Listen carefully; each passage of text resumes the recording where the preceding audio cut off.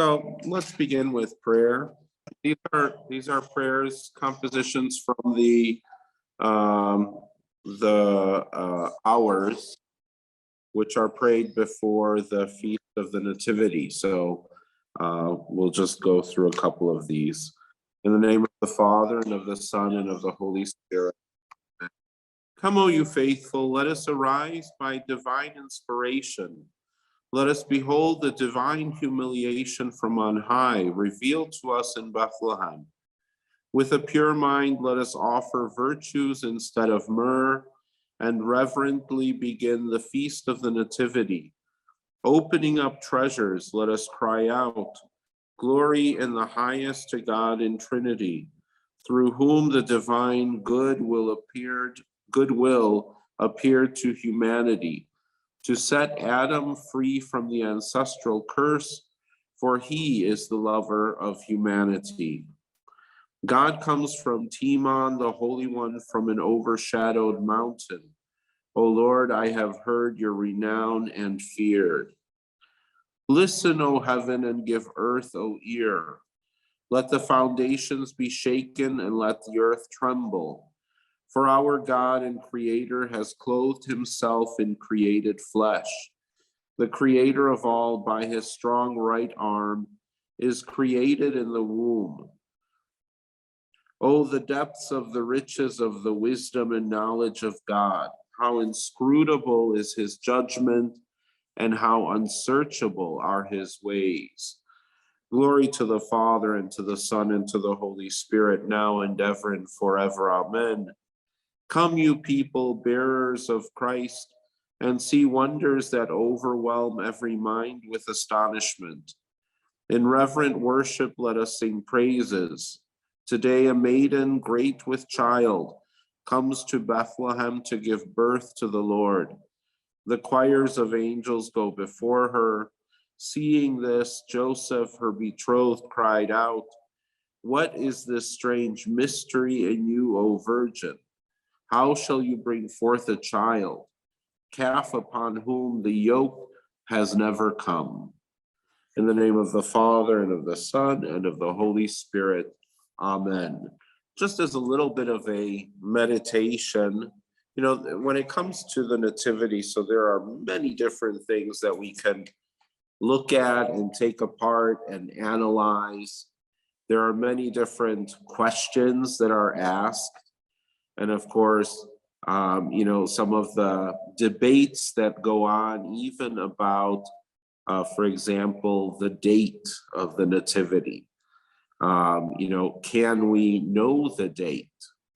And one of the things is in the church, there has been a trend that affirms that date as being the exact date.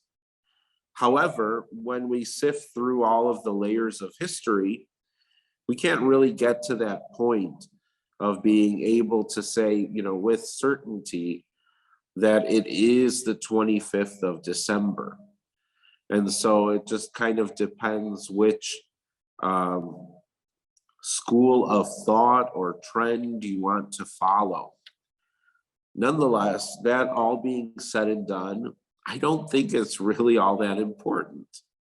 Knowing the exact date is not going to change anything or make things better or make it more profound. There is some, I would say, discomfort by some pious Christians about the association of the date with the Roman celebrations about Sol Invictus, the victory of the sun. When the days after winter solstice, the days would start to become longer. And so the, kind of, I guess you could say, as a way of battling against the idolatry and worship of the sun, that there was this focus that happened to occur around the Feast of the Nativity of Christ. I think what is wrong is where you get some some people who say that, that was not the case at all, that the Roman festival of the Sol Invictus, the victory of the sun, had absolutely nothing to do with the placement of Christmas. You get pious people who try to sell that as being, the truth. And again, I think it's not that important. Those who are going to try to say, well, Christianity was just replacing paganism, those people who have issues with Christianity, of course, they're going to continue to teach that. So they're just going to say, wow, they just took the pagan things and made them Christian. And, and it's like, because without faith, of course, all of this makes no sense. And, and there are within Christianity, and I mean, just using, for example, iconography. Within iconography, we find so many hints about different cultures that had become Christian, and so the fact of like the halo coming from ancient Egypt and being something that was used in the court of the pharaohs. They wore a halo type of a thing behind their head made out of gold because it reflected light so perfectly.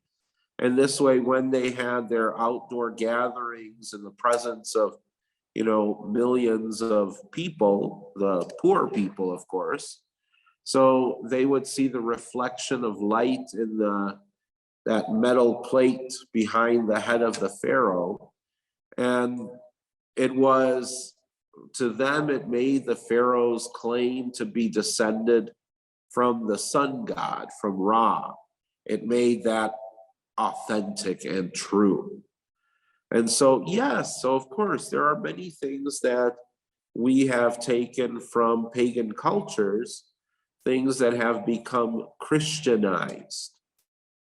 And that doesn't mean that they were preempted or stolen. This is not cultural misappropriation or whatever the current terminology would be, looking at these kinds of threads which run from one culture into another. And so, of course, there will be some of that. If you remember, one of the details that we see in early iconography of Jesus is the use of gold patterns in Jesus's clothing. And literally, so here we have an icon and here we have the gold pattern. And that gold pattern was literally pieces of the broken sun.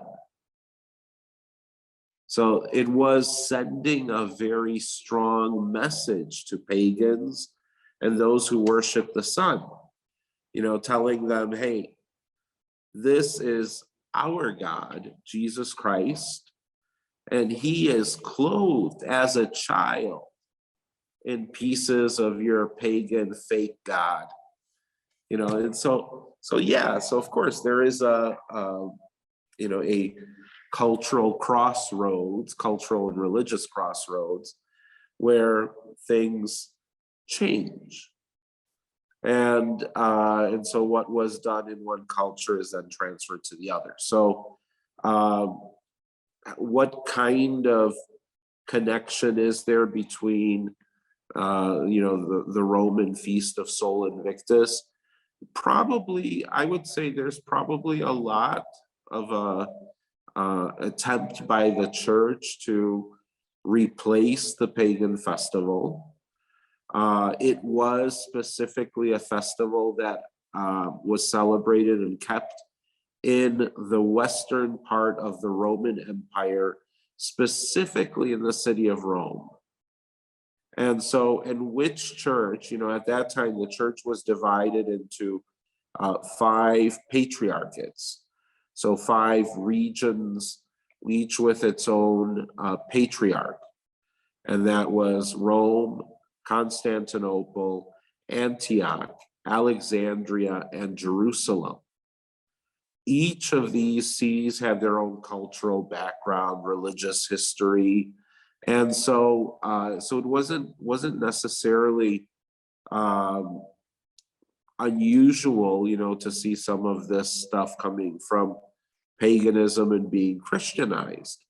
But out of those 5 patriarchates, Sol Invictus was a big thing, mainly in Rome, and which was the church out of the 5 that first added the feast of the Nativity of Christ onto their calendar?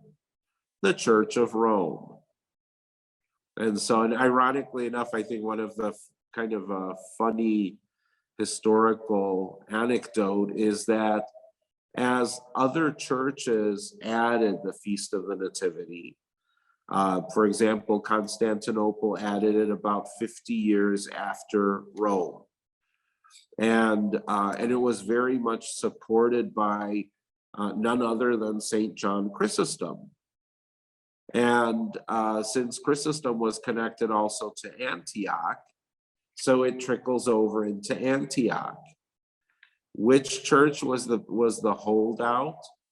Well, the holdout was the Church of Jerusalem, the one that actually has the basilica that was built by Constantine and Helena over the place where Jesus was born. And so they were the ones who were, I think, reluctant to add it to the calendar. Question might be, well, why would there be a reluctance? The reluctance was probably due to the fact that the Romans, and by Romans, I mean those who were citizens of the Roman Empire, so that includes people in all of these churches who were citizens. The Romans notoriously celebrated birthdays. That was their big thing, was birthday parties. And especially those who were in power, the rich and the rulers. And of course, the emperors were particularly crazy. So they did many things on their birthdays, including sacrificing people, feeding Christians to the lions and stuff like that. That was considered, fun. No pin the tail on the donkey. But because of that, there was a stigma then amongst Christians to celebrate a birthday. So the understanding was in the early church more to focus on the mystery of the incarnation and less about, just throwing Jesus a birthday party. So the early church also changed in its terminology. They changed some of the ways that words would be applied. So for example, in Latin, the day of birth is dies natalis. And the idea amongst Christians of dies natalis was when a person died. So they would die and be born into eternal life. And so that was the greater day. So for example, most of the saints that we celebrate are celebrated on the day that they died. And a part of that also was the use of terminology such as falling asleep, because it spoke of a transition where life continues, because you go to sleep and you wake up in the morning and life continues. Well, so in death you fall asleep to this life and wake up in the life to come, an eternal life, and life continues. So again, these were ways that the early Christians tried to understand in a more spiritually wholesome and uniquely Christian way. their reality. That some of it overlaps, I like the idea of life after death being a continuation, meaning that when you die, you don't lose who you are. You're not absorbed into, the great power or something like that, but rather you know where you come from and where you are. There is this awareness and identity that is a part of that transition. And so, and that was also, coincidentally, that was a part of what the ancient Egyptians believed too. So, other nations, other religious backgrounds had different approaches to that. But going back to the theme, so instead of focusing too much, ironically, I said I wasn't going to focus on the dates and stuff, and here we are focused on the dates. The reality, though, is that for the early Christians, so we're talking about those before the legalization of Christianity, and because Christianity was legalized in 313 by the Edict of Milan, which was signed by the Emperor Constantine the Great.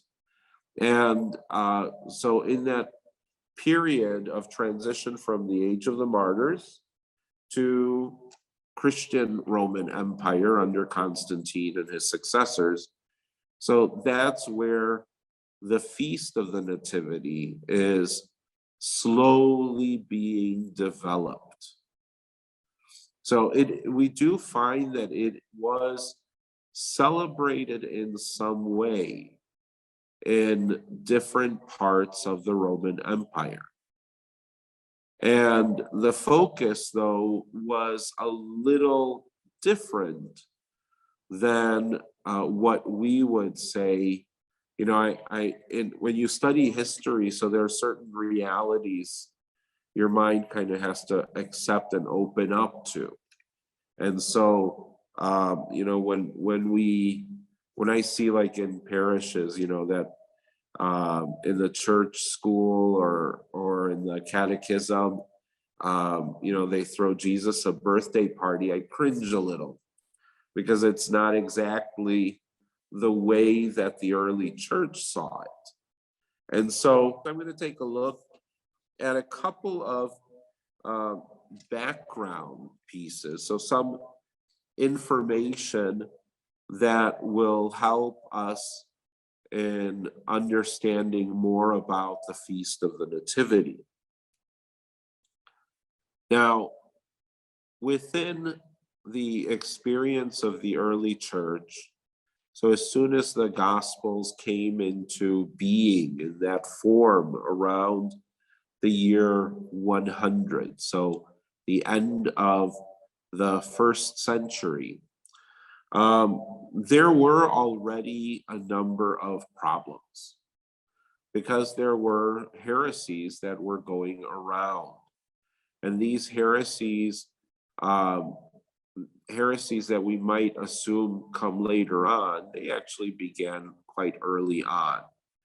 Firstly, there is Gnosticism.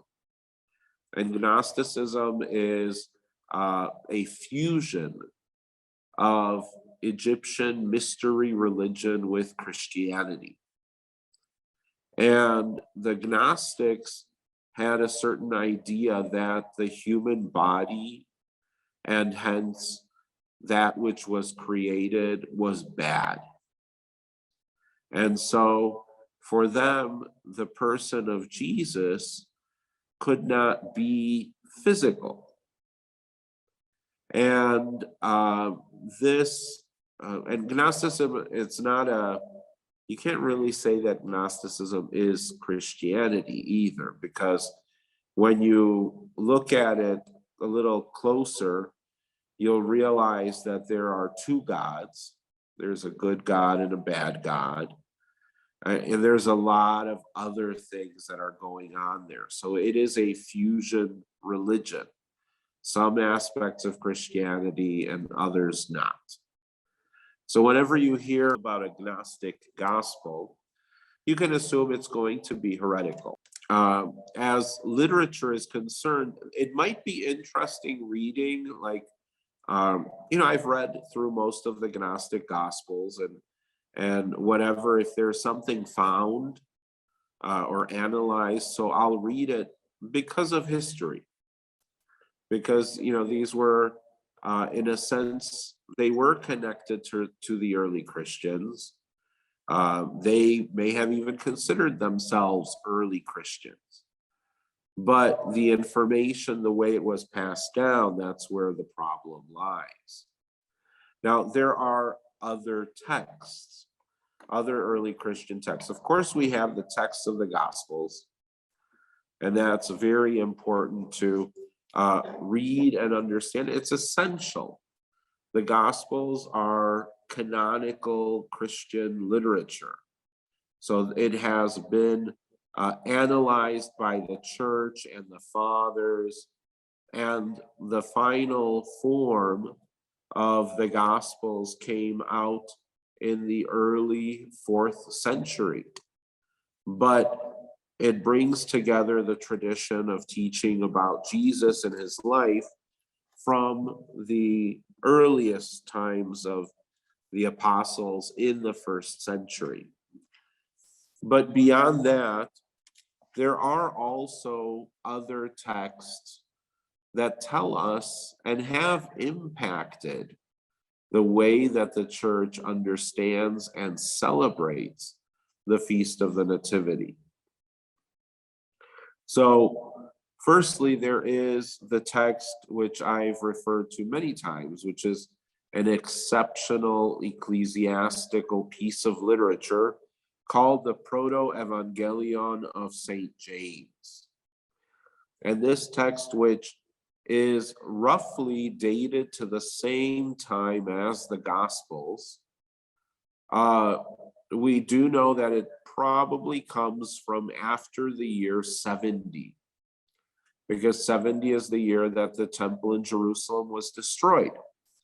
And so, and the Proto-Evangelion of St. James has as a big theme the temple of Jerusalem.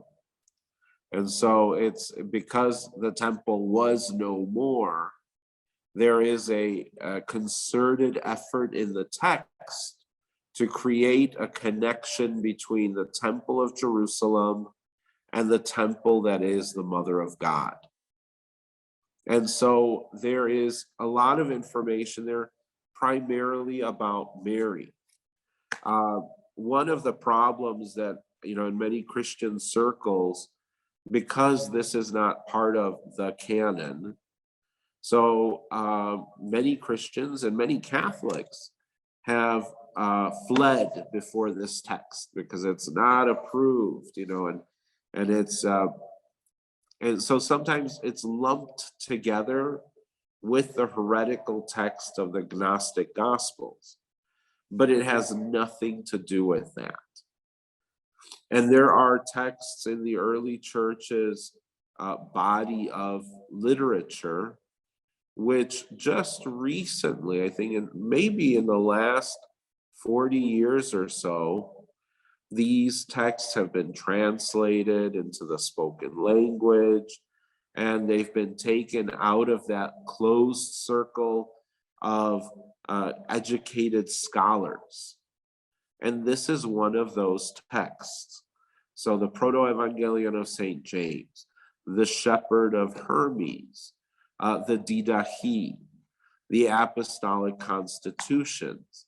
So these were all early Christian texts that gave us or give us a very clear image and idea of how the early church was, how they prayed, how they worshiped. And then also the basic teachings of Christians prior to the formation of the Nicene Constantinopolitan Creed, because they did not have that until after the year 325, when the Council of Nicaea occurs. So from the Proto-Evangelion of St. James, we get a number of very important details that have become a part of the telling of the story of the Nativity. It is the earliest, excuse me, the earliest reference to the cave. So specifically, it is a stable, but it is a cave, which in the Judean countryside, there were many caves. And they were used by shepherds, by farmers, for animals, because of their constant temperature all year round. And so this is the first reference in the Proto-Evangelion to a cave as the stable. It also has this wonderful monologue of Saint Joseph. And this monologue has given us many prayers and hymns throughout Christianity, so in the West as well as in the East. Then there is this interesting thing which we notice in the monologue. There is the at the time, the moment of the birth of Jesus, there is a cessation of natural movement. Now, what is that? Well, this appears in a few places. It's not exclusive to the Proto-Evangelion, but it also, if you remember that when you're reading the gospel about the crucifixion of Jesus, so there is this point where it says, that where Jesus dies on the cross, there is then this passage into, and there was an earthquake, and many of those who were dead came out of their tombs. So there is no literal device that connects, but literally in the text, there is a moment or a pause. So you go, Jesus dies, and then there's this movement. And so it's understood that when great things happen, especially divine things, that what is normally occurring, being, the flying of birds and, the running of animals and movement of people, that there is this kind of a tear or ripple in time where things stop. And it's an interesting thing because so we read this in the words of Joseph. Why is this an important thing? Because we can say, well, did that really happen? Or is this just drama? Because you would see this like in a movie where things freeze. And the one person who sees them, he just looks around. So is it a dramatic device or is it reality? Well, the understanding that the fathers had from, when they pick this up in the gospel, when they pick this up in the Proto-Evangelion, as well as in other writings. So they take this and explain it as the cosmos. So all of creation on the earth, around the earth, in space, all the heavens, the stars, the planets. It is that moment of cosmic recognition of the divine. And it is, because everything is cyclical. So, there are 24 hours in a day, the sun comes and goes, the earth moves, there are seasons, years go by, so there are cycles in everything.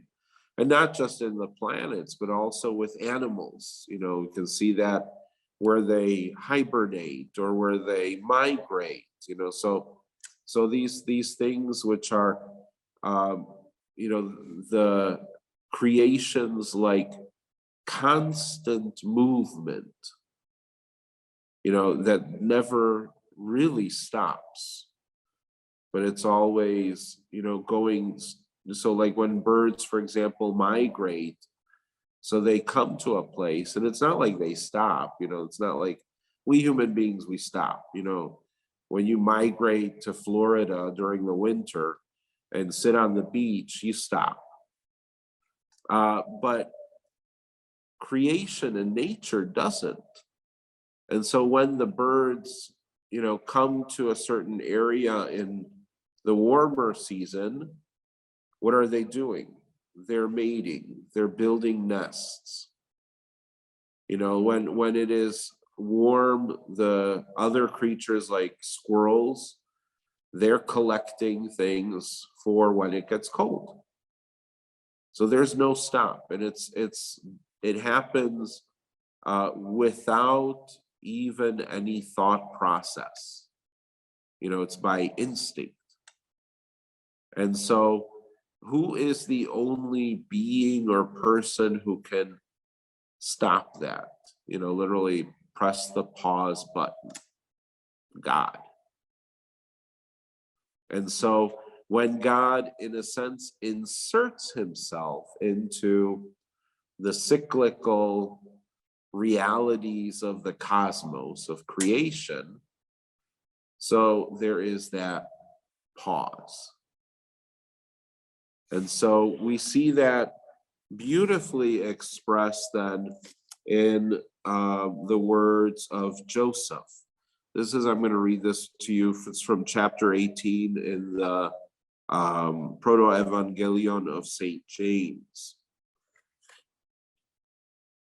And he found a cave there and brought her into it, and left her in the care of his sons, and went out to seek for a Hebrew midwife in the region of Bethlehem. Now I, Joseph, was walking, and yet I did not walk. And I looked up to the air and saw the air in amazement. And I looked up at the vault of heaven and saw it standing still, and the birds of the heaven motionless. And I looked down at the earth, and I saw a dish placed there, and workmen reclining, and their hands were in the dish, but those who chewed did not chew, and those who lifted up did not lift, and those who put something to their mouth put nothing to their mouth. But everybody looked upwards, and behold, sheep were being driven, and they did not come forward, but stood still. And the shepherd raised his hand to strike them with his staff, but his hand remained upright. And I looked at the flow of the river, and saw the mouths of the kids over it, and they did not drink. And then suddenly everything went on its course.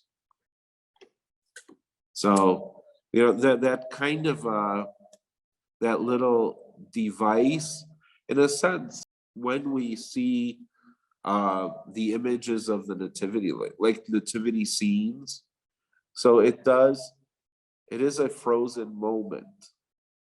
So this is something which I think has impacted even the way that we, visualize the Feast of the Nativity. In the Proto-Evangelion, and if you're looking for something, these next few days to read, then read about the Nativity from the Proto-Evangelion, because it's very interesting how many of these details have also come into the way that we imagine the Nativity. So although in iconography we have the depiction of the Nativity with some extra elements, for example, there is the image of the midwife, and in some icons, the midwives. There are two. These were found by Joseph and brought back to the cave where they were. And so there is this this whole story about the midwife who had a withered arm, and when after Jesus was bathed in the water, her hand touched the water, it was made whole. There's also part of that is there's the story about her doubt, that when she was told that Mary was with child, but the child has no human father, and Mary is a virgin, so she did not believe, and that's why her arm was withered. And so these different elements are they really enrich our understanding of the feast. The midwife, now, we would say, well, that's not a part of my nativity scene, and we don't have at home in our extensive nativity scenes, and some of them, like was a company, the Fontanini, that has, hundreds and hundreds of nativity figures. And if you see like the Neapolitan crutches, so, they've got same thing, that's what it's based on. Hundreds of figures and figurines. And in the Neapolitan ones, you do have midwives. That's the interesting thing, because that was started in the 1700s, that tradition of Neapolitan nativity scenes, and midwives were a part of normal everyday life. And so they're a part of the story. I suspect as we sanitized the story, and made it a little more European or American in our understanding. So the idea of afterbirth and a midwife and all of that became a little bit like TMI, too much information. And so nobody really wants to see a midwife as part of their nativity scene today. But when we go to the oldest images of the nativity, the midwives are there. And the midwives are there because of the importance of showing that the birth of Jesus was for most intents and purposes, not all, but for most intents and purposes, was a normal birth. And so after being born, he needed to be washed. And of course the church, and this is in icons, but it is also in medieval art. You'll see this in Rome, in the mosaics in the city of Rome, because it continues to be a part of the telling of the nativity story until about the 15th century. And so the midwives are there. Jesus is being washed, but what he is being washed in looks suspiciously like a baptismal font. And, because this was, the church understood also that in everything that happened, there was always a prefiguration. So it was like, okay, well, if Jesus is going to be washed, washing is a symbol of cleansing, because he would have been bloodied from the afterbirth. So blood is a symbol within Judaism. It is a sign of impurity. And so when he is washed, it is the Jewish ritual bath, essentially, the mikvah. So it is water that has been brought from a living stream, so it's been brought over there and he's been washed in it. So it is ritual purification, getting rid of that which is impurity. Impurity is sin. And what was John the Baptist doing in the river? He was doing the same thing. He was purifying through water, confession of sins. He was purifying those who came to him, including Jesus, who had no need of being washed, but did it so that we would all, find in that symbol purification. So it's, all those details are there. Likewise, when we see in all of the images of the Nativity, again, prior to the Middle Ages, prior to the 15th century. So usually Jesus is in a manger that looks suspiciously like a tomb. So it is, because it's a cave, it is hewn out of the stone of the cave. What was Jesus's tomb? It was hewn out of stone in a cave. The way that he is wrapped, he looks like a mummy. Now, that is still, you could say, well, that also might be more of a coincidence, because usually in many of the indigenous cultures today, even, when a child is born, they're wrapped tightly. So because that helps keep warmth and also circulation. And, so there is it's something that would be done naturally. But because everything that we see happening in the gospel tradition, it has some sort of a connection, a prefiguration. So, we're looking at the Nativity, but already thinking about death, burial, and resurrection. Now, the cave is also very important. I think, although we've come to a kind of a cultural impasse when it comes to this, where most of us, myself included, have a building, a little stable for the nativity scene. And if you go to the Vatican and you see their nativity scene, they have a stable too. I thought about, going kind of historically correcting things and making a cave, but I didn't think it was that necessary. So even if we have the stables that are buildings and we're used to that imagery, we still need to keep in the back of our minds the idea that it wasn't a stable building, but it was a stable cave. Why is this such an important detail? A detail that appears in the Gospels, appears in the early Christian literature also. Because caves for early Christians, for the pagans of the Roman Empire, caves were places where they were considered a gateway, a doorway to the netherworld, the world of the dead.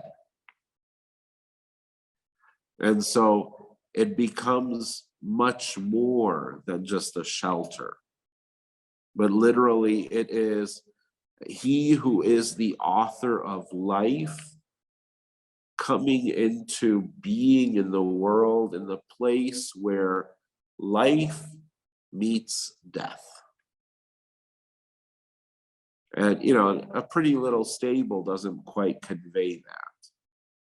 But you can understand, especially if you're familiar with Roman legends and Roman religious beliefs, it was going into the cave meant that you would go then down to the river Styx, and then you could cross the boat to the other side, to get to the land of the dead. There are many different religious stories from Roman pagan belief that talk about that.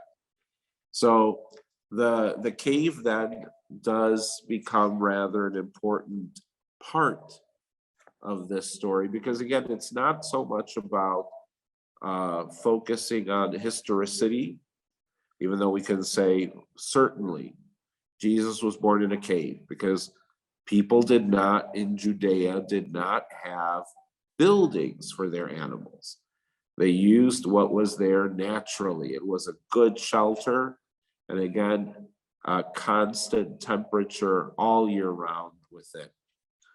And so there is like a historical truth, but ultimately for the early Christians, they were seeing both a prefiguration, because again, Jesus is buried in a cave, and then Jesus in the first part, the first action of his resurrection, goes down to the land of the dead, goes down to what's called in Hebrew Sheol, or what the Greeks and Romans would call Hades.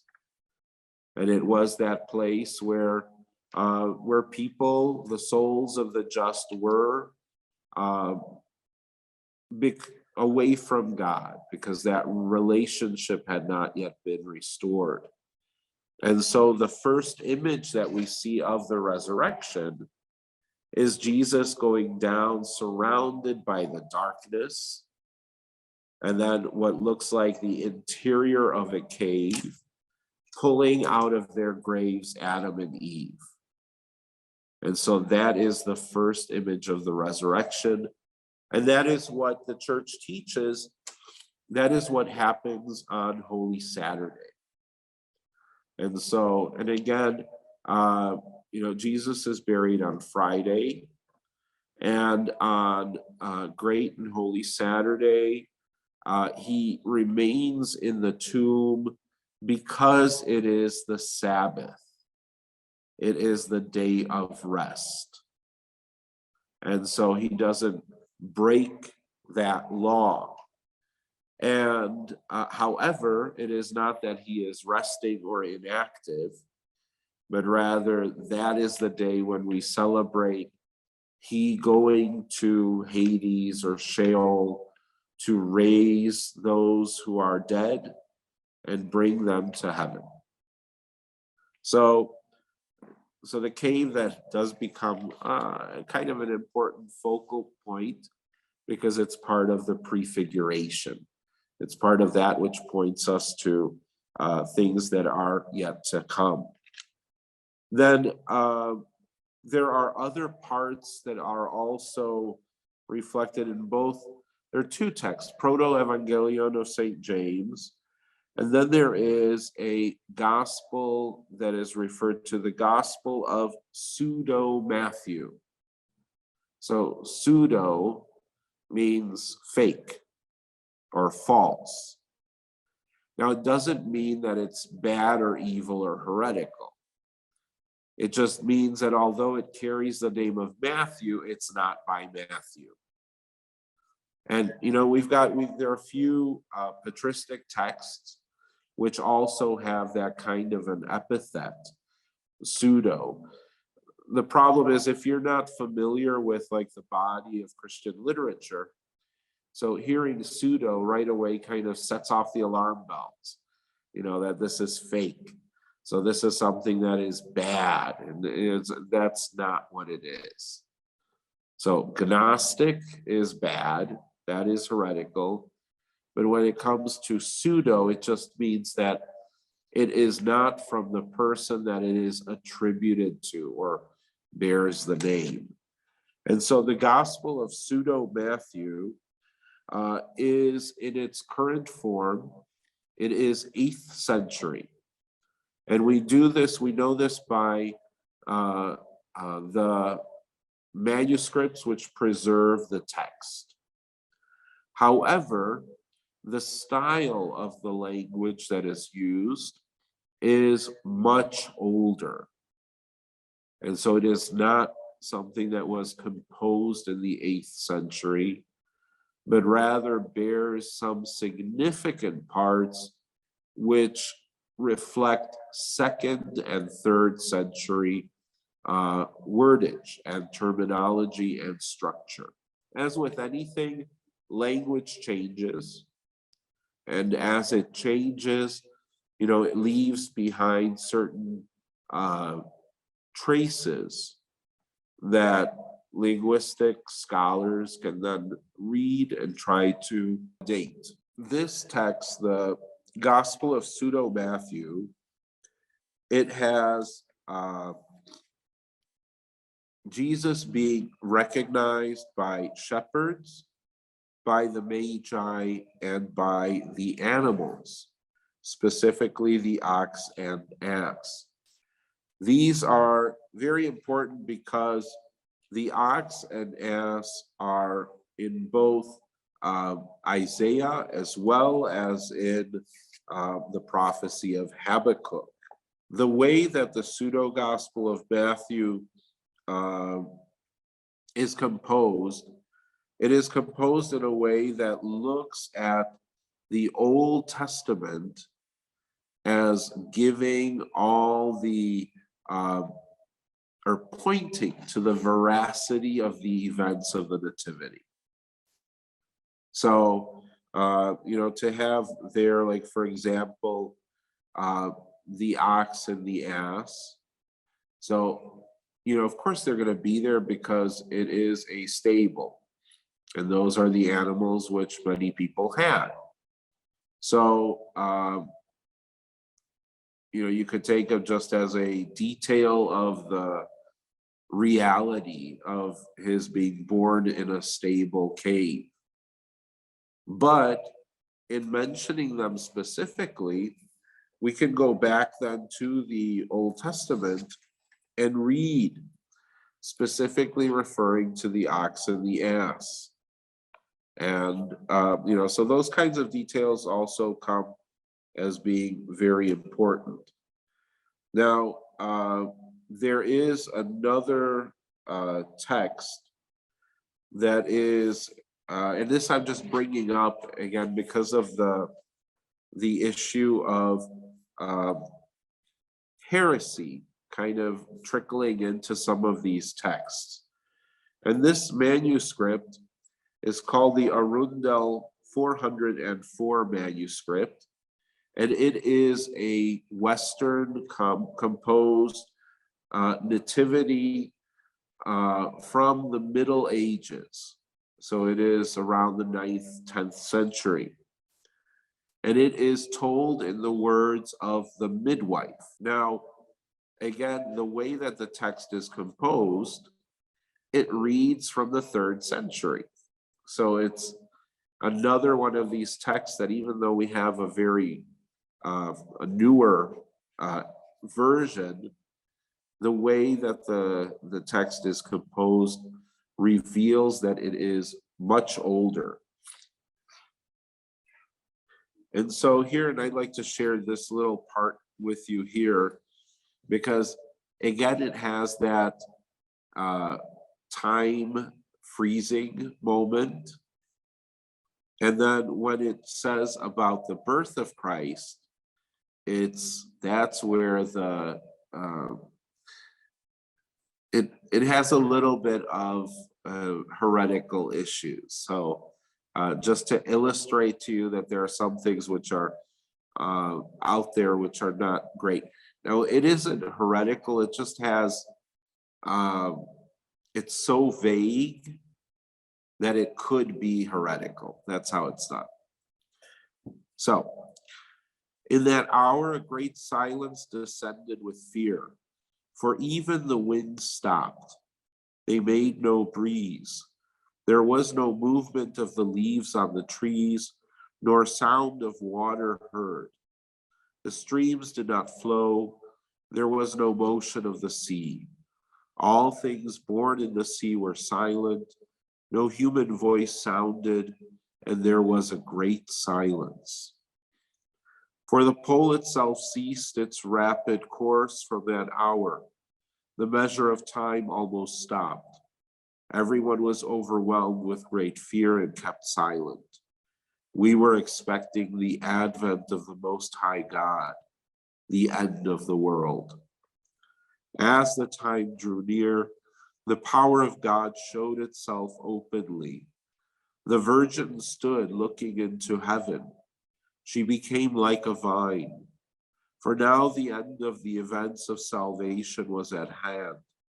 When the light had come forth, Mary worshipped him whom she saw she had given birth to. The child himself, like the sun, shone brightly, beautiful, and most delightful to see, because he alone appeared as peace, bringing peace everywhere. In that hour when he was born, the voice of many invisible beings proclaimed in unison, Amen.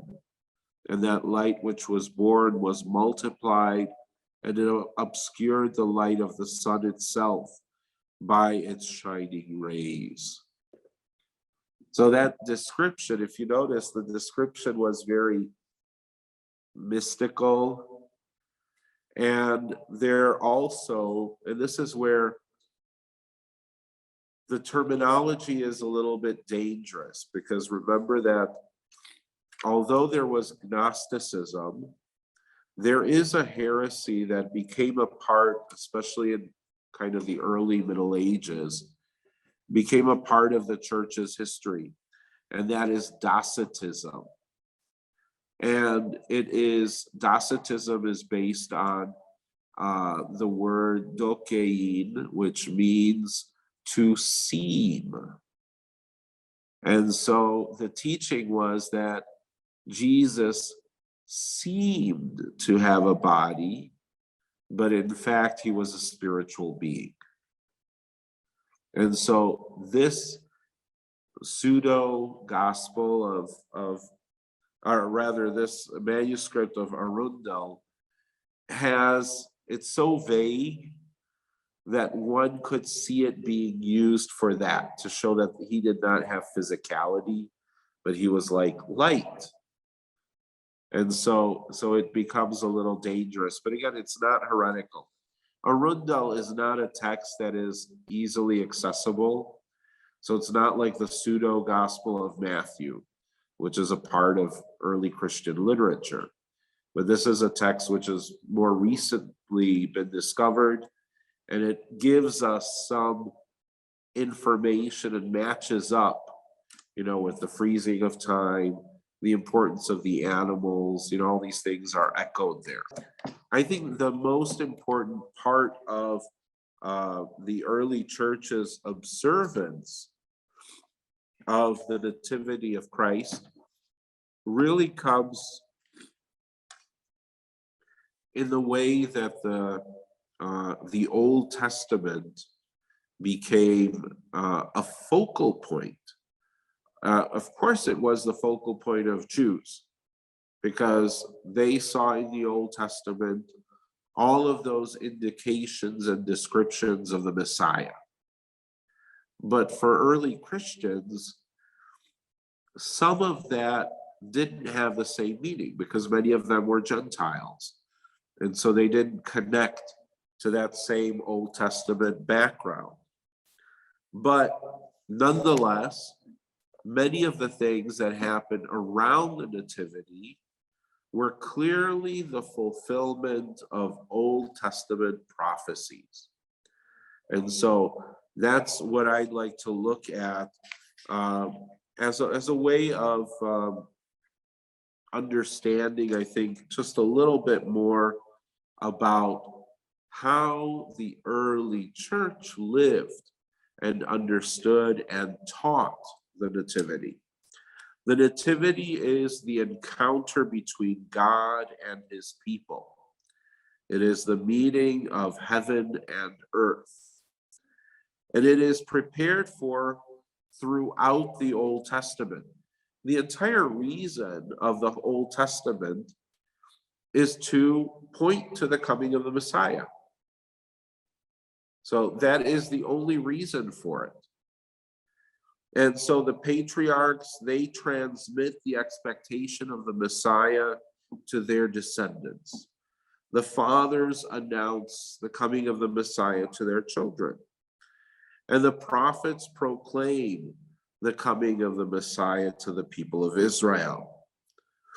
Now, there are some parts of this Old Testament prophecy which are really important. Firstly, Bethlehem. As they say, location, location, location. Bethlehem is very important. The word Ephrathah is another name of Bethlehem. And so where you see that used, it is used as being the place, Bethlehem, in parentheses, but it is the place of Jesse. So remember the root of Jesse. So that is specifically identified with those who are descendant of Jesse. They are called the ones from Ephrathah. Now we see this prediction of the Messiah being born in Bethlehem in Micah. And that happened 700 years before the birth of Christ. Let me share that with you. This is from the prophecy of Micah, chapter 4. In that day, says the Lord, I will assemble the lame and gather those who have been driven away, and those whom I have afflicted. And the lame I will make the remnant, and those who were cast off a strong nation. And the Lord will reign over them on Mount Zion from this time forth and forevermore. But you, O Bethlehem Ephrathah, who are little to be among the clans of Judah, from you shall come forth for me one who is to be ruler in Israel, whose origin is from of old, from ancient days. Therefore he shall give them up until the time when she who is in travail has brought forth. Then the rest of his brethren shall return to the people of Israel, and he shall stand and feed his flock in the strength of the Lord, in the majesty of the name of the Lord his God, and they shall dwell secure, for now he shall be great to all the ends of the earth. So there's a lot. That is very, very loaded. Micah not only mentions very clearly Bethlehem, but there is in Micah, he infers the divine origin of the Messiah. So the Messiah is not simply, like King David, where you have a royal figure who is going to lead his people. But you have this very clear expression whose origin is from of old, from ancient days. This is, God is called in the Old Testament the Ancient of Days. No coincidence. Because the Messiah figure within Judaism itself, remember, many people did not recognize Jesus as being the Messiah because they expected a military leader, someone who would be more of a George Washington figure, who would lead them against the Romans and then end up establishing his kingdom and reign over the people. But this 700 years before the birth of Jesus, these simple yet very precise words words that are used to describe God are now being used also to describe the Messiah. So that's a very important indicator of who he is. And so when Jesus says, that he is the Son of God, when we read in the gospel all of this about the incarnation, when you go to Micah, there it is. It's very clear. The other part that is an important aspect of the Nativity of Christ is the genealogy. In the genealogy in the New Testament, there are two tracks, according to Matthew and then according to Luke. In Matthew's gospel, the genealogy goes from Abraham to Joseph. In the Gospel of Luke, the genealogy goes from Jesus to Adam. So it goes the other direction. The genealogy, according to Matthew, shows that Jesus is Jewish. It plans his history as connected to some of the most important figures of the history of the Jewish people. And the genealogy, according to Luke, going from Jesus to Adam, shows that Jesus is human. So he's not just God. But both the genealogies, they point to Jesus as King, Messiah, and Prophet. Now, there is another term that is very important, and an important messianic title, and it is priest. But we know that Jesus is not from the line of the tribe of Levi. The Levites were the ones specifically descended from Aaron, who was the brother of Moses. And so their priesthood is an inherited priesthood that goes from generation to generation, from father to son to grandson. And so it is passed on. But Jesus's priesthood is connected to Melchizedek. So Psalm 109, the Lord has sworn, and you will not change his mind. You are a priest forever after the order of Melchizedek. But what does that mean? Because firstly, Melchizedek wasn't Jewish. Secondly, the line of priests that come from Melchizedek, that's a non-existent entity, because all of the priests that served in the temple were according to the line of Aaron, not Melchizedek. And so then why is Melchizedek important at all?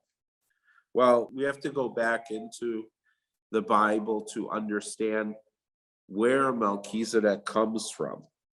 So Abram, before he became Abraham, so he led an army against the people of Sodom, who had kidnapped his family, specifically the family of his nephew Lot.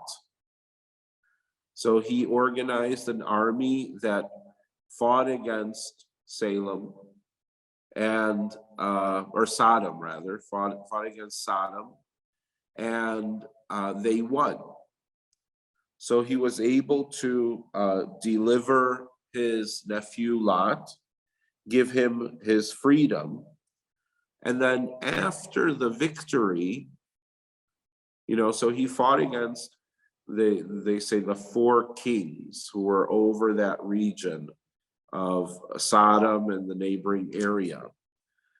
But after that victory, a mysterious figure, who is also called a king, appears. And he has no known country or origin, and he is just mysterious. Abram recognizes his authority. How or why, it's unclear. But he recognizes his authority by tithing. So he gives 10% of everything that he had won in battle to this king, whose name is Melchizedek.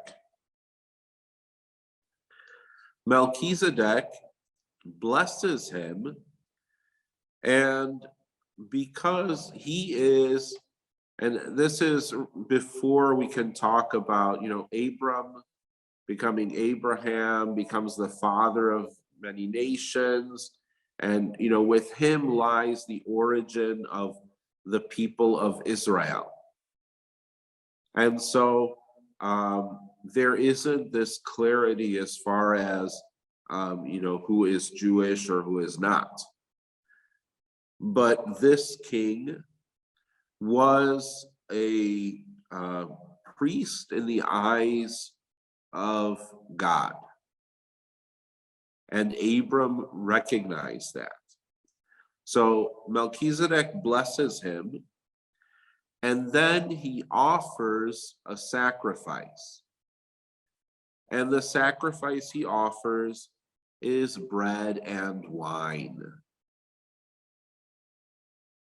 That sacrifice of bread and wine happens nowhere else in the Old Testament. So it is completely unique. And again, it's a prefiguration. It's a prefiguration of Jesus, who offers bread and wine. And hence, Jesus is priest, but by Melchizedek, not by Aaron. Melchizedek also is called the king of Salem. And Salem is the word for peace. So he is the king of peace. Coincidence? Who else is called that? Well, Isaiah uses that when talking about the Messiah. Salem also is possibly a reference to the city of Jerusalem. So that's another connection which the fathers looked at and considered. So we see, so in the letter to the Hebrews, we read about Melchizedek, and he is, he's also pointing to the prophecy of Micah, as well as Abram, as well as Isaiah. In Hebrews chapter 7, he is without father or mother or genealogy, and has neither beginning of days nor end of life, but resembling the Son of God, he continues a priest forever. And that's talking about Melchizedek. So Jesus's priesthood, unlike the other parts of his genealogy, his priesthood comes from a different line, not from the line of Aaron. Now, if you remember that, in reference, just as a side note, John the Baptist's parents, Elizabeth and Zechariah, it's specifically mentioned in the gospel that they're of the line of Aaron. So that's where Zechariah, and hence also John, have a connection to their priesthood, which is the inherited priesthood. This is also then goes right into the sign of Emmanuel. Emmanuel, which means God is with us. And that is from the prophecy of Isaiah. And I'll share that with you. God is with us. Understand, O nations, and submit yourselves, for God is with us. Hear even to the utmost ends of the earth. Submit yourselves, O mighty ones. If you rise up again to power, again you shall be overthrown. If you make plans together, the Lord shall destroy them, and the word which you speak shall not abide. We do not fear your terror, nor are we troubled. Let us bless the Lord our God. It is him that we shall fear. And if I put my trust in him, he shall be my sanctification. I will set my hope on him, and I will be saved through him. Behold, I and the children whom God has given me, the people who walked in darkness, have seen a great light. Upon those who dwelled in a land of shadows, a great light has shined. And this part we're very familiar with. For unto us a son is born, unto us a child is given, and the government shall be upon his shoulders, and his peace shall have no end. For God is with us. And he is called the angel of great counsel, wonderful, counselor, the mighty God, the everlasting Father, the Prince of Peace, the Father of the world to come. Understand, O nations, and submit yourselves, for God is with us. The word Emmanuel means God is with us. Isaiah sees the incarnation as the vision of divinity in Jesus Christ united to humanity. So, and Isaiah is the one, if you're looking for wonderful readings about the coming of the Messiah in preparation. Of course, we hear it in Handel's Messiah, but reading his words, truly there is a clarity in his words, and this is hundreds of years before the birth of Jesus. Now, the last part that I'd like to focus on are the Magi. The Magi, who have become three kings, who have been made, of different races, so that they would be a symbol of the Gentile nations, all recognizing Jesus as the Son of God and Messiah. So there's been a lot of legend that has kind of grown into what we see as the Magi. But what do we know? The Magi are astrologers. It's in the Gospels. It says that specifically. And they say to Herod, "We have seen a star." And so it's quite clear. They're not Jewish, but probably all came together from the Persian Empire. At this time, at the time of Jesus, the culture that was most scientifically advanced, especially in the study of the stars, were the ancient Persians. Now, when you say astrologer, so for us today, someone who is able to scientifically assess the sky and tell us about, the planets and stuff like that.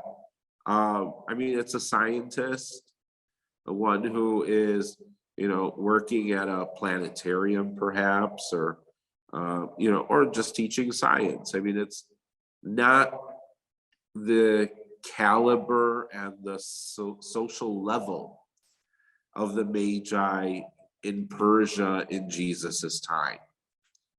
So we can't take our own experience of people who are astrologers or, study astronomy, but rather we have to understand that because there was so much unknown at this time, in Persia, those who could read the stars, it gave them a position in society that was very important. And a part of this was also, it's not just about the stars, but they were able to predict trends in weather, for example. Things that now when we turn on the TV and watch the weather report and you hear, like they refer to weather phenomena like, El Nino that's happening or something like that. So we hear it, we don't even blink. I mean, it's okay. We take that as this is what meteorologists have been studying, so they know it. Well, in Persia, it was a much smaller group of people who did this, and they collected information over years and years and years, and then passed it on to the next generation of those who studied the stars, who were, again, a very small group. But this way, they could see what kind of trends were happening, so that like they could even predict to a certain degree when there would be a dry spell. So a season every so many years there was this, kind of a drought, and so they could predict that, which means that, and they didn't do it as magic, so it's not like astrology like that. They did this as a science. And so for the rulers, the local government, but even for the farmers, these people were very respected. And they were, in a sense, powerful. Their power wasn't because they ruled, it's not because they were kings, it was because they were smart. Their power was knowledge. And so they become a very important part of the story, the history of the Nativity. But even the Magi were predicted. This is the incredible thing when we look at the Old Testament. Even the Magi were predicted. And specifically, there is the story of a prophet named Balaam. Balaam happens to be Persian. So he is one who also is familiar with the stars. Balaam he works for a king who the Israelites come in contact with as they are leaving Egypt in their search to get to the Holy Land. So this king, when he sees the number of Israelites, and he sees that they are also having children, so he becomes fearful that eventually wherever they will settle, they will cause violence against his people. So the king tells Balaam, he tells him to place a curse upon the people of Israel. But Balaam was actually an inspired prophet to whom God had been speaking. And so he served not the pagan god of the king, but he served the one true God. And so when he saw the people of Israel, when he was asked to curse them by the king, what he actually did was to bless them, and he blessed them 3 times. And then he made this prophecy. This is from the book of Numbers. The oracle of Balaam, the oracle of him who hears the words of God and knows the knowledge of the Most High. I see him, but not now. I behold him, but not nigh. A star shall come forth out of Jacob, and a scepter shall rise out of Israel. A star shall come forth. So Balaam is already predicting what is going to be associated with the Messiah, a star. Now, Isaiah also foretells the Magi. And this I'll share with you too here. For before the child knows how to cry, my father or my mother, the wealth of Damascus and the spoil of Samaria will be carried away before the king of Assyria. So that's in reference to the Babylonian captivity. Then you, Jerusalem, shall see and be radiant. Your heart shall thrill and rejoice, because the abundance of the sea shall be turned to you. The wealth of the nations shall come to you. A multitude of camels shall cover you. The young camels of Midian and Ephah, all those from Sheba shall come. And here it is. They shall bring gold and frankincense, and shall proclaim the praise of the Lord. So he doesn't get it right as far as where they're coming from, but they're coming from foreign lands, so areas which are not Jewish. And then finally, the last of the prophets of the Old Testament, Malachi. Malachi also refers to the star, but he is seeing, and a star. What is a star? It is a burning sun. Our sun is a star. And so Malachi actually speaks of the star, but he calls it the sun of righteousness. And so in his foretelling, predicting the coming of the Messiah, he actually gives this little verse, which tells us about what the star will bring. But for you who fear my name, the Sun of Righteousness shall rise, with healing in its wings. Why was it important to call this with a different title? The Sun of Righteousness meant that it is not just a planet or a part of a constellation, but rather that its light is of divine origin. And so this is where this star, in the same way that the Magi saw it, the Magi, when they saw the star, they didn't see it as it was part of, one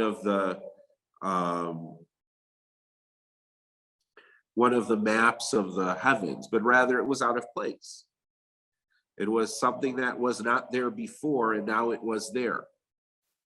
And so when Malachi says, he calls it the Sun of Righteousness, all righteousness comes from God. So this is the uncreated light. So in a way, this star is a reflection of the splendor and glory and light of God. And when God created light, it was meant to be somewhat similar to the light that is God, the light that is uncreated. And so hence, those lights that are created are there, but because that star associated with the birth of Jesus was not there, it is not a created planet. It is not a star that God moved from one spot so that it would then shine over his son, but rather it was the light that is a part of God. So hence, Son of Righteousness. This becomes, in a sense, it falls right into where the fathers see the nativity of Jesus as being the birth or the creation of a new Adam.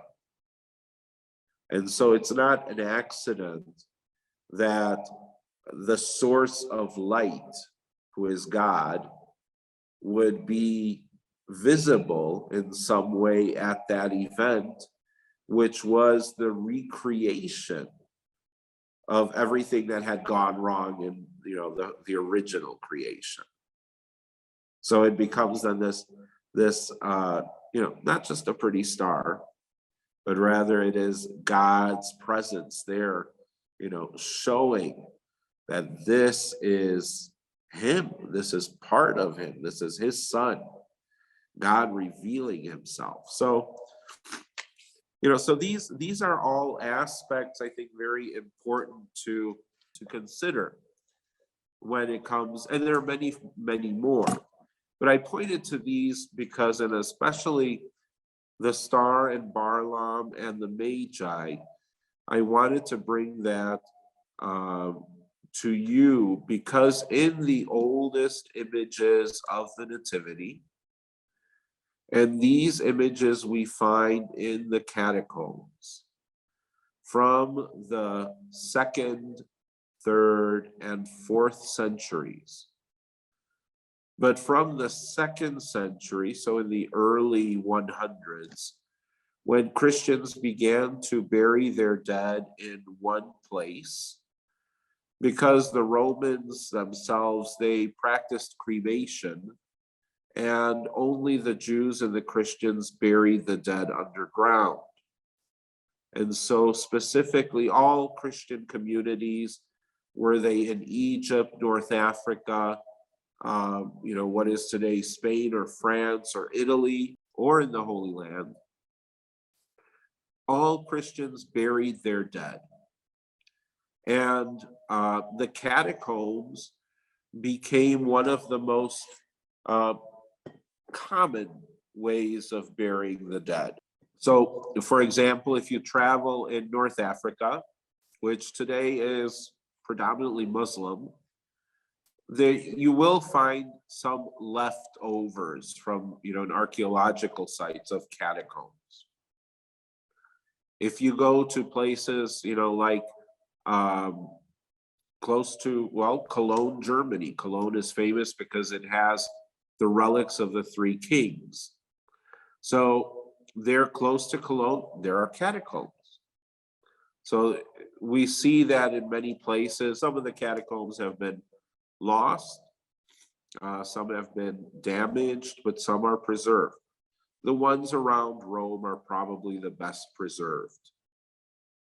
So if you would look for paintings from the catacombs from that period, the 2nd, 3rd century, many of the paintings are about the Nativity. They don't have exactly what we're familiar with. Usually they depict Mary with the child seated, and the 3 kings depicted kind of in motion. The Magi, I shouldn't say kings. And they're depicted with what is called a Phrygian cap. And the Phrygian cap was a part of how the Persians dressed. So the early church did recognize that they were actually probably from Persia, even though that isn't specifically said in the Gospels. We just hear they came from the East. The other detail that we find very often in these are the first images of the Nativity, is a man who is pointing at a star, and that is Barlam. Barlam actually appears in the earliest iconography of the Nativity of Christ. And so, the awareness of the Old Testament and how everything in the Old Testament prefigured, told us about what was to come.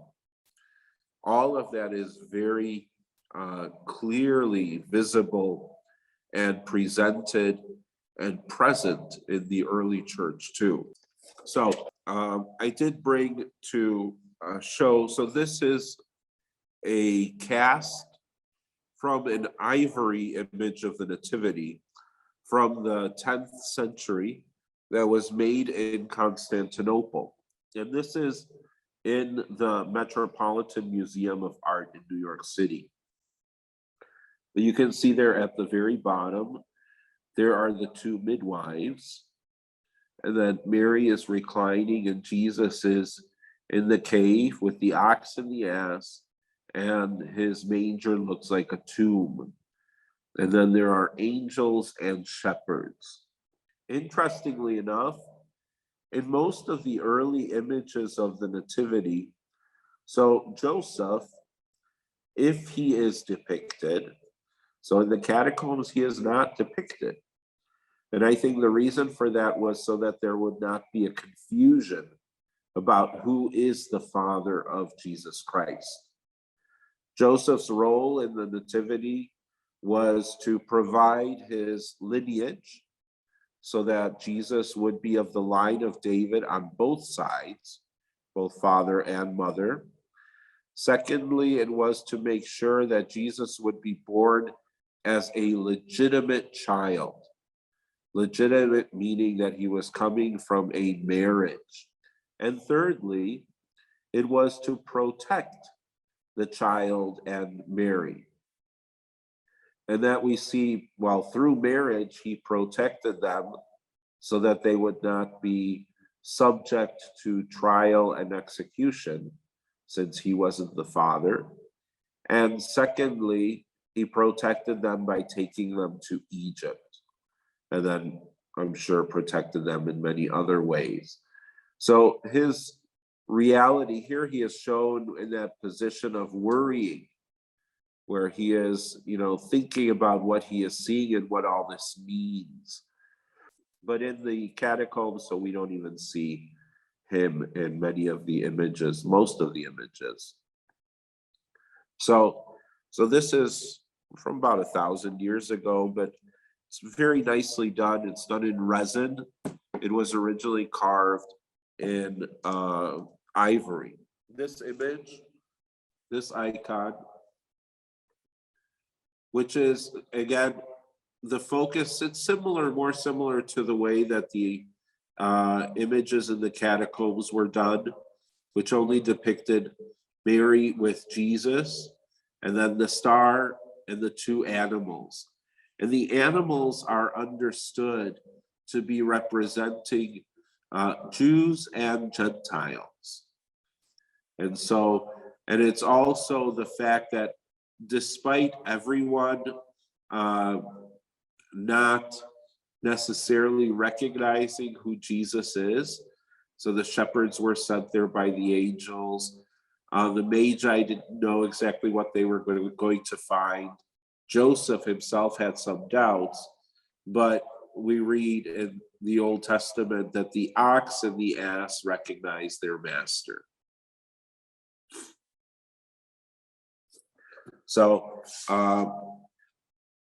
while, today, when we see the image of the Nativity, of course, we have Joseph in there and everything. But these images which remove Joseph, or, he would be if it was a more complex icon. But in considering the theology and the mystery and the incarnation, we have to understand certain realities. One of those realities is that, those who are closest to the mystery are, of course, Mary and Jesus. So they're in the center. And so Joseph he has his role, but in no way does it supersede the role of God the Father in the life of his son and also in the life of Mary. So it's not because, we don't like Joseph or something. It's just that, when we truly understand that what is being said in the biblical telling of the Nativity, then we have to also make those concessions and accept, okay, this is how God's plan unfolded. This is the role of Mary, and then this is the role of Joseph. So, it's when we say Joseph is like, I think we say foster father, the reality is we do not have a term that describes aptly what Joseph's role was in the mystery of the incarnation. Okay, any questions? The angels sing his glory with the shepherds. The wise men journey with the song. Remember Zechariah, the father of John the Baptist. So when the angel comes, Zechariah is in the temple because he is a priest. But he is not a priest by Melchizedek, he is a priest by Aaron. So that was the difference. And that's specifically mentioned in the New Testament, that both Elizabeth and Zechariah are of Aaron's class. So that means they are from the tribe of Levi. They're Levites. So that's the difference where Jesus's priesthood is not inherited, it's unique. It is, and so that's why Melchizedek is brought up, because Melchizedek kind of comes out of nothing. He appears, you got Abram, and you got the story of the four kings, and then all of a sudden Melchizedek appears, and Abram recognizes in him something. We don't know what, but it's like that's the same thing, that his priesthood comes like that, and then the things that Melchizedek does prefigure what Jesus will do. The angels sing his glory with the shepherds.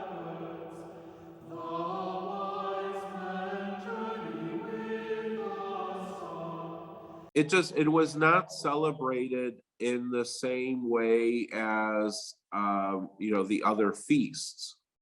So although it was calculated, it doesn't become as much of a feast until when Sol Invictus was already being celebrated. So that's why it comes up as a way of, kind of combating some of that that unfortunate rise in paganism.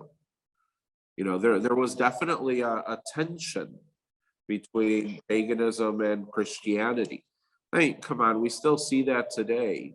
Look at how many people do Christmas, and they want to take away everything that has been Christianized. I mean, even they want to say, oh well, the tree. That's because the ancient Germanic people worship trees and blah blah blah. So they want they don't want to call it Christmas. They want to call it winter solstice. You're welcome. Any other questions? You're welcome. Blessed Christmas to everybody. Feliz Navidad.